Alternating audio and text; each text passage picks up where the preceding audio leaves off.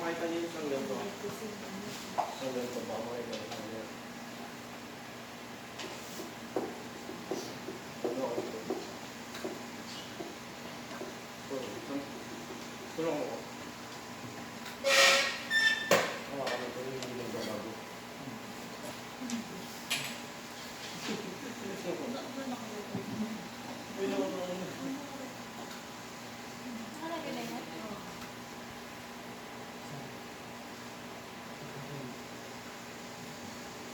Ano mangyayari kung pinagsama mo yung blue at yung black?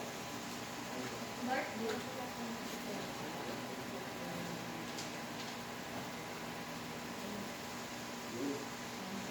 May bago ba yung gano'n?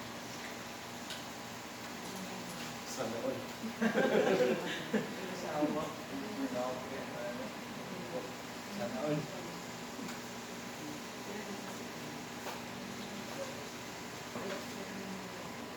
Medyo ako sa inyo. Anong sabi ng isang ocean sa isa pang ocean? Wala. They just wait.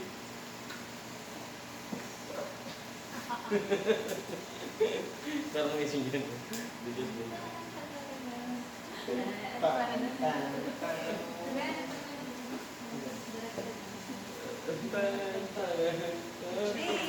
Kabao.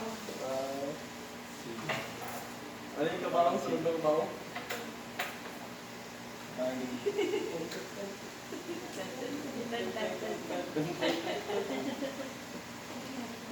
Nagtagin mo nga. Okay! Magandang hapon sa inyo mga kapatid ko sa Panginoon. Kapatid tayo. Ha? Wala na nag-cut. Naka-video eh. Tsaka naka-video huwag kayong magkwentuhan habang nagkaklase. Pag may tapong yung mo ulit, tapos pagtingin ko, nag-messenger lang pala kayo. Punta ka lang, gigalitan ko kayo ah. Hindi ko yung bilubilo. Bibigyan ko ngayon ng certificate. Parang sa step. Oo. 45. Yan, nakalagay doon.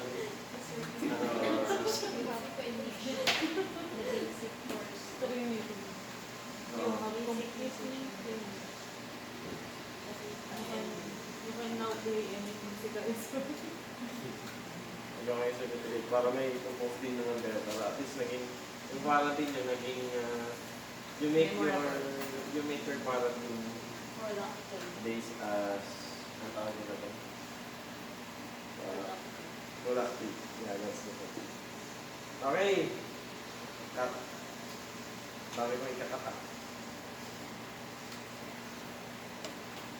Wala mo na dito. Ay, hindi. Wala natin mo. So, kailangan mo ng ruler. Mon, ruler ka daw, Mon. Nandun sa box mo yung ruler. Hindi, meron ako dito. Nandun. Yung blue, yung may mga lighter lighter. Bumil.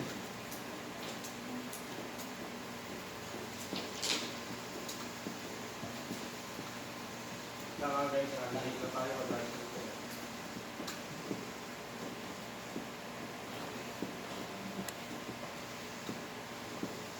Kasi yun naman ulit.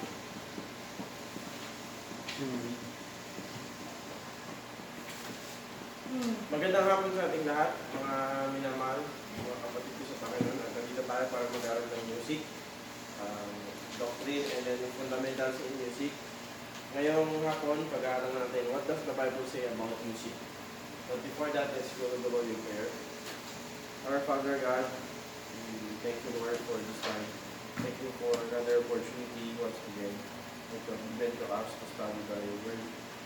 What you're saying about music and how we will conduct ourselves about this subject and how we respond, Lord, as your musician for your glory.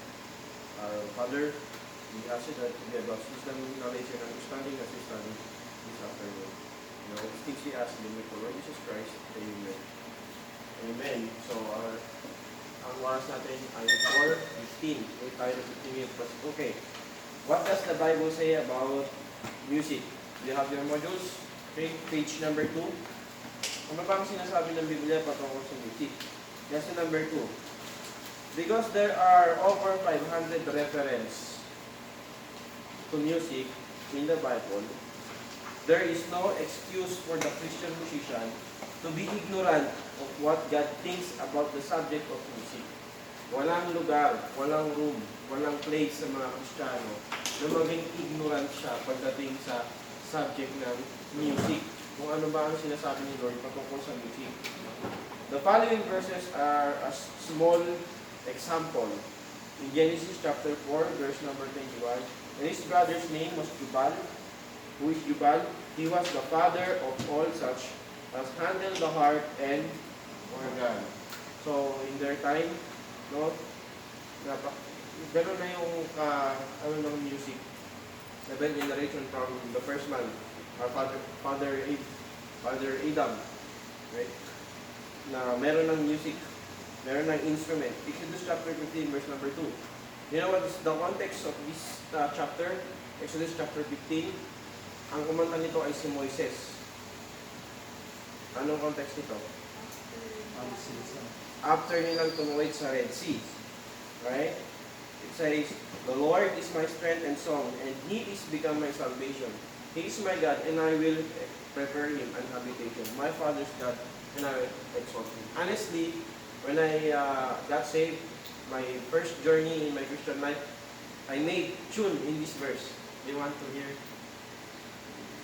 Hindi nga, promise, ginawa yung gumawa ko ng toro dito. May gitara pa nga eh, Key of C. Ano po yung unang context ba? Ito. The Lord is my strength and song, and He is become my salvation. He is my God, and I will prepare Him an habitation. My Father's God, and I will exalt Him. Do you want do you like the tune? The Lord is my strength. Yeah, mahaba to mga kapatid. So, in 1 Chronicles chapter 13, verse number 8, and David and all Israel played before God with all their might, and with singing, and with harps, and with psalteries, and with timbrels, and with cymbals, and with trumpets. Nakita nyo? With all their might. Madalas sa atin, lalo sa mga choir members, no? O kaya sa mga musicians. Dapat, isa sa mga motto natin, no pain, no gain. No fruits, pag no fruits, hindi ka titigil. Dapat, ang attitude kasi ng isang musician, kung gusto mo talaga nung gumaling, makatugtog para kay Lord, matuto ka talaga. Tuturo ko sa inyo yung secret. Pero hindi to secret. Hindi na maging secret. The secret is prayer. Ipag-pray mo na gumaling ka. Ipag-pray mo na bigyan ka ng wisdom. Kung ano yung instrument na gusto mong tutog. Naalala ko dati nung Bible student pa ako, lumulod ako sa tabi ng piano. Kasi ang nangyari ng ganito, nakita ko yung choir, talagang yung boses dito, papuntang Wow. Yung isa naman, papuntang Marcos Highway. Yung isa naman, kung saan papunta eh. So, sabi ko, kailangan may matutulong nota. Kailangan may matutulong magturo. So, sabi ko, Lord, wala naman ng talent. Hindi ako masyadong marunong ito. Bigyan mo ako ng wisdom, ng knowledge. Matutunan ko. Lagi yun. Madaling araw. Like may gusto akong hingin kay Lord. Lagi akong gumigising niya madaling araw, nagpe-pray ako. And it works. Ano lang sa inyo? And it works. It works. Yeah, it works. Pag-pray nyo kay Lord, sama nyo sa prayer life nyo, mabigyan kayo ng Lord sa instrument, sa music. Okay? So with all their might, as a musician or as a singer, no pain, no gain. Hindi yung sumakit na yung ano mo, mag-aaral ka ng gitara, halimbawa, magkaroon ka lang ng kali, masakit, ay ayaw. Diba? Nanginginig yung kamay mo sa keyboard. Diba? Hindi mo makakapa ng maayos, ay ayaw ko na. Hindi ganun na nga, shoot. Diba? Laway-laway ka na sa fruit. Diba? Hindi si Sister Mendes. Yan, yung mga sasabi ko, ba't may pego? Hindi, kasi laway niyo mga ano. No pain, no pain. Ganun dapat, brother. Hindi yung nahirapan ka, o mga. Sabi nila, quitters, never. Ha? Oo nga, quitters never win.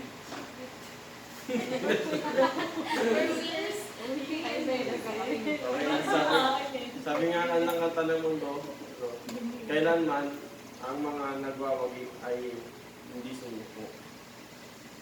Ang umaayaw ay hindi nagwawagi. Ang nagwawagi ay hindi umaayaw. So, it's a play of faith. First Chronicles, makita natin. First Chronicles chapter 16 verse 23. Sing unto the Lord, all the earth. Show forth from day to day His salvation. Yan, napakaganda, no? Ito talaga dapat umawit tayo sa para sa Panginoon. Hindi yung fixing na broken heart yung amen? Tsaka yung before I let you go. Second Chronicles chapter 5 verse 12 to 14. Someone please read the verse. Julie. Also the Levites which were the singers, all of them Asaph, of Heman of Jeduthun, with their sons and their brethren being arrayed in white linen, having cymbals and psalteries and harps, stood at the east end of the altar. And with them 120 priests, sounding great trumpets. It came even to pass, as the trumpeters and singers were assembled, to make them song to be heard in praise and thank the Lord. And when they lifted up their voice with the trumpets and cymbals and instruments of music, and praised the Lord, saying, Praise, good praise, and endure forever. For then the house was filled with a cloud, even the house of the Lord, so that the priest could not sleep in the second of the For the glory of the Lord has filled the house of God. Wow! For the glory of the Lord has filled the house of God. That's the result of a prepared heart for worship to God. So makikita niyo dyan yung praise na being arrayed in white linen. Speak about proper clothing. Makikita niyo sa ibang mga churches, no? Tibulo, Hindi yun yung example ko. Sa ibang mga churches, no? Yung mga musicians nila, hindi yan eh. Hindi nakakaaya. Minsan yung totoo, hindi nakakaaya eh. Bakit? Yung iba, naka-short. Yung mga drummer, diba? Sa ibang mga church, mga evangelical, may drummer. Nakahikaw. Tapos, yung kumatin ako doon sa, sa Bayan, sa Pasay. Yung worship leader nila eh, lupitan ng suot eh. Nakapit na suot, tapos, naka-Superman, nakupos yung butones, tapos ang haba ng bukas ng ikaw. I am alive, again alive, may pa, in God's great dance floor, sa tingin nyo ay sabi ng Bible, for the glory of the Lord had filled the house of God. Napipil ba yun, yung walang piano ng Panginoon? Tapos, ang lyrics pa, God's great dance floor. Si Lord may dance floor. Tapos yung singer, tapos madilim, tapos rakrakan, talagang Sabi pa nga ng mga Katoliko, sa isang picture, ito yung kantahan ng mga Katoliko, solemn. Sabi na kalagay doon, this is worship. Sa kabila naman, evangelical church, born again church, madilim, ilaw, tapos parang concert. This is entertainment. Nakakahiya. Naanan niyo ba? Naanan niyo, you get what I mean? Mabuti, nandito tayo sa isang group, being a Bible Baptist. Kaya dapat meron tayong proper attire. Kasi worship the Lord. Hindi yung paniniwalaan yung argument. Nasa puso naman yun eh. Anong paniniwalaan natin? The outward is the manifestation of the inward. So kung doon pa lang, panunamit pa lang, yung iba, ang kapanong ko, solid. Yung mahigaw pa. Grabe. Doon pa lang, bagsak na tayo, no, brother Paul? Hindi tumatawa. Next, someone, please read the verse, Sister Peter. 2 Chronicles chapter 20 verses 8. And when Jehoshaphat had consulted with the people, he appointed singers unto the Lord, and that should praise the beauty of holiness as they went out before the army, and to say, Praise the Lord, for his mercy endureth forever. And when they began to sing and to praise, the Lord set ambushments against the children of Ammon, Moab, and Mount Seir, which were come against Judah, and they were slain. So, diba, bago sila makapaglaban, itong mga Israelites, kumanta muna sila sa Panginoon. Ang ginawa ng Panginoon, nag-please ang Panginoon eh. Kaya nag-send siya ng ambushments. Tawag yun, ambushments against the children of Ammon, mga kaaway nila. So, through our singing, we can please God. Okay? Psalm 34, Sing unto the Lord, O ye saints of peace, and give thanks at the remembrance of His holiness. That's why the content of our singing to the Lord is about His holiness, about who He is, kung sino siya. Karamihan sa mga Christian music ngayon, contemporary Christian music, puro patungkol sa sarili, puro pakabig para kay Lord. Hindi katulad ng mga kanta ng old hymns. Ayaw mga kanta natin, mga Bible ba? Yung, yun naman lang yung words, yung content. Yung, it's about service for the Lord. Samantala, sa kabilang banda, may mga Christian song daw na yung content, yung words ng mga kanta, puro sa kanila ang ang bago. Psalms 40 verse number 3, and he had put a new song. This is a verse. Psalms 33 verse 2 muna. Praise the Lord with harp, sing unto him with psaltery and an instrument of 10 string. 43, and he had put a new song in my mouth. Ito yung sinasabi kong verse sa inyo kanina. Even praise unto our God. Many shall see it and fear and shall trust in the Lord. God put a new song in our mouth. Kaya yung mga kinakanta natin nung hindi nakakaya sa Panginoon, huwag na po natin kanta. Tulad ng banal na aso, natatawa ako. So, hindi yan mga kanta ng mga pangkasyano.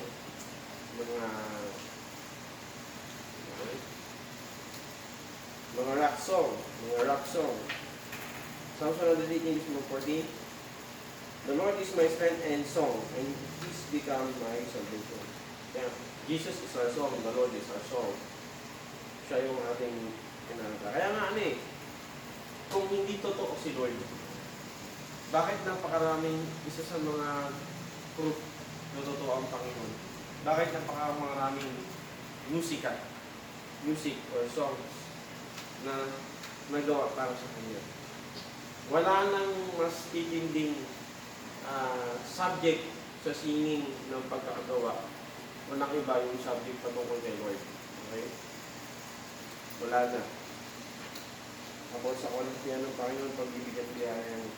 Sa Isaiah chapter 12 verse 2, Behold, God is my salvation, I will trust and not be afraid, for the Lord Jehovah is my strength and my song.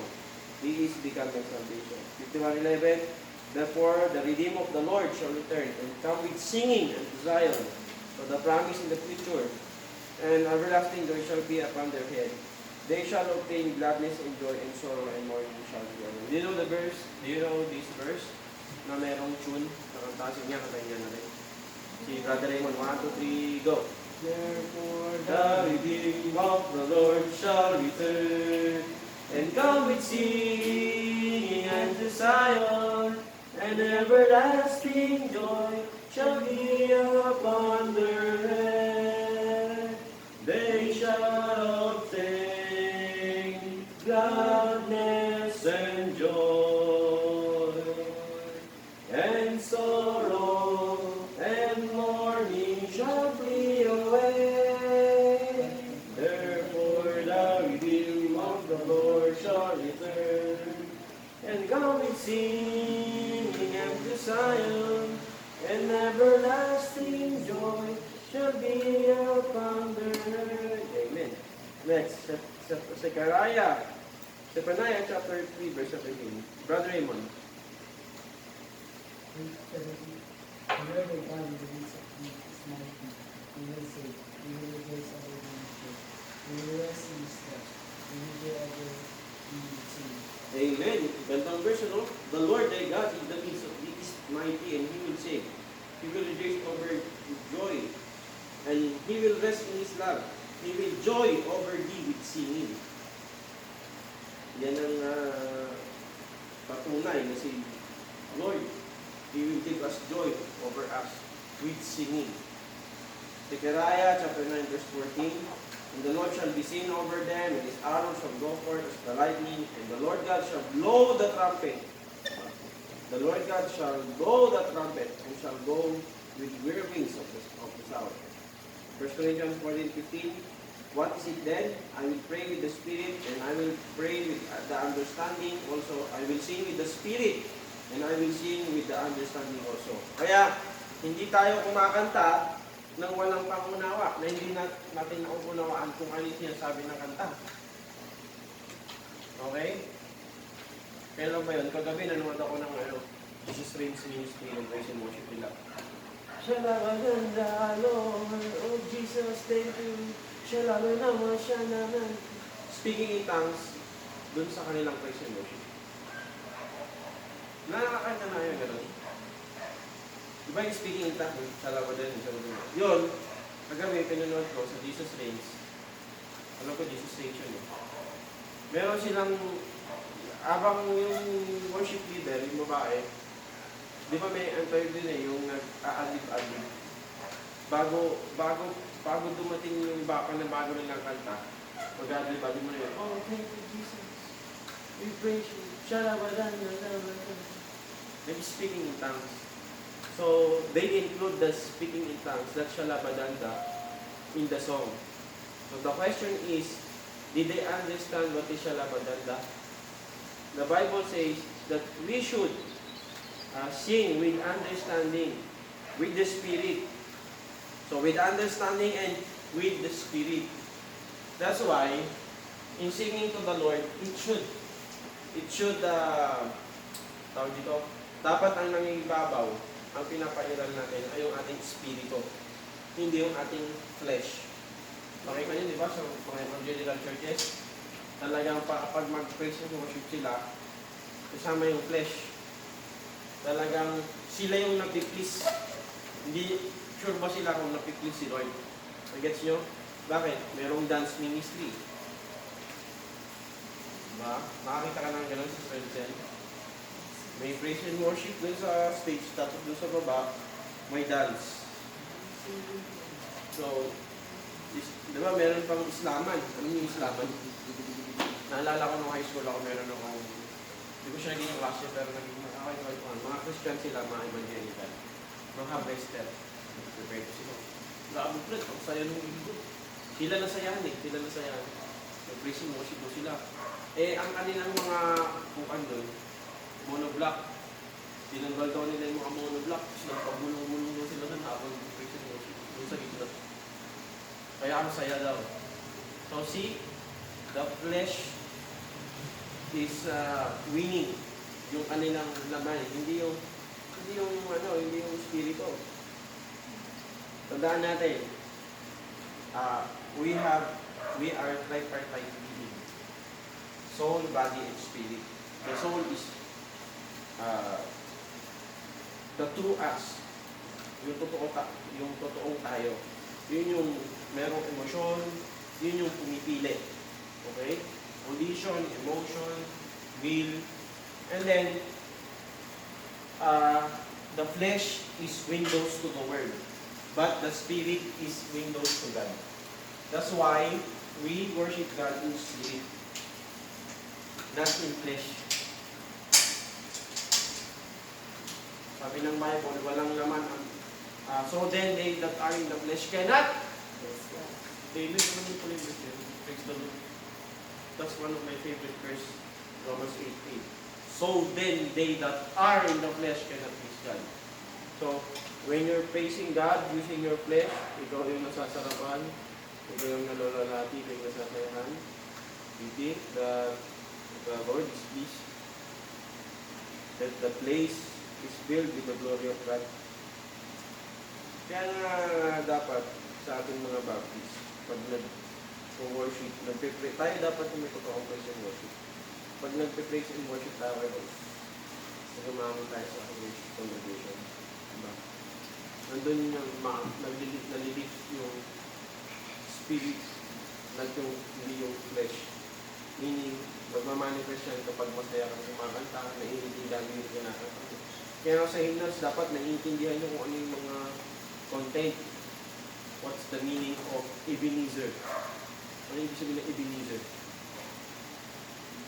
Come thou found. Yung word na Ebenezer, nandun yung sa come thou found. Come thou found every blessing in my heart to sing thy grace. Yung word na Ebenezer, nasa Bible yan. Assignment nyo yan. Sa akin, nasa nyo. Hanapin nyo, paunahan kayo maghanap pa mamaya. Pagdas ng klase, hanapin nyo, paunahan kayo. Bibigyan ko kayo, hindi kayo maghuhugas.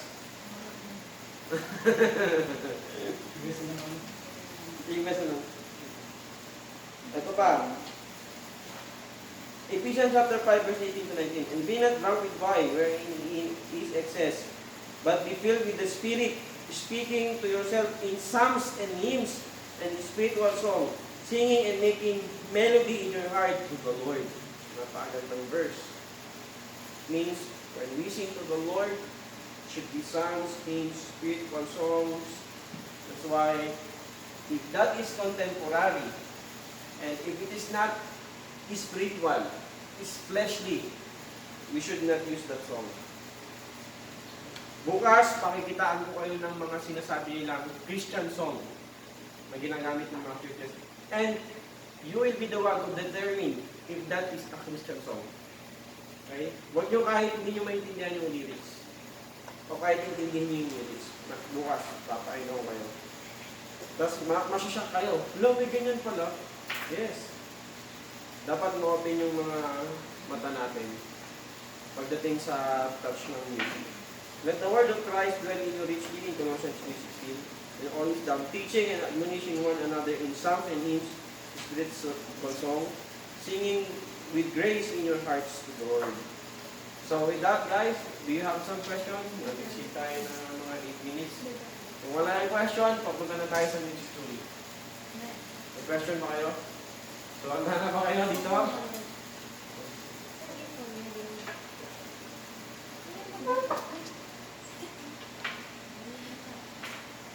Okay, so let's go to Churi.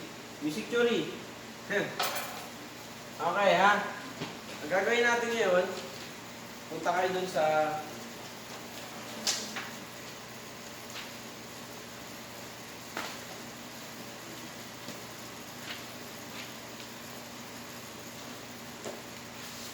inyong yan, page number 5. Ngayon, meron tayong makikitang sheet. Paano malalaman kapag kung ilan yung kung ano yung key. For example, wala yan. Wala yan, ha? Wala yan. Paano yung malalaman yung key? Meron kayong dapat i-memorize. Halimbawa, wala kayong kopyahan, cheat. Wala cheat. Ano yun? Tawag kasi dyan. So, ito. Ito na yung pangkura natin.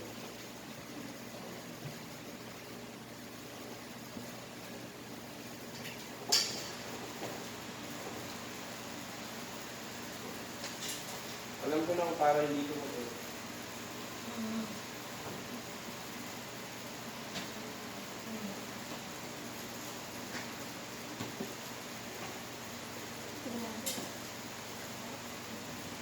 Tama ba yung ginawa ko? Hinihila ko.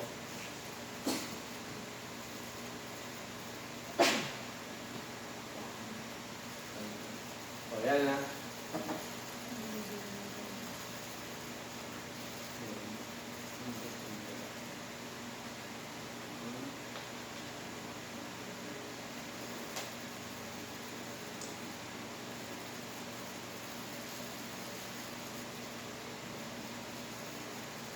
Ito na, paano ba? Hindi, gusto mo na.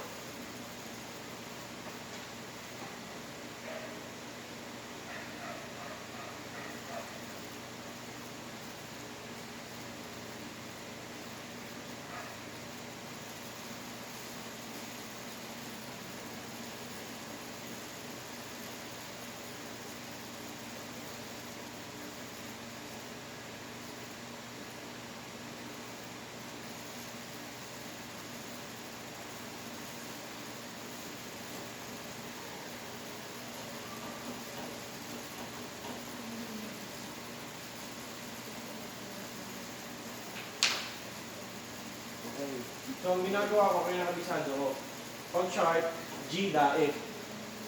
Pag flat naman, F, F, B, at G. So, parang ano lang, babalik ka rin mo lang. May ano po dyan, may ako ng music. Ayun na lang. Nakita ito, Walang mas.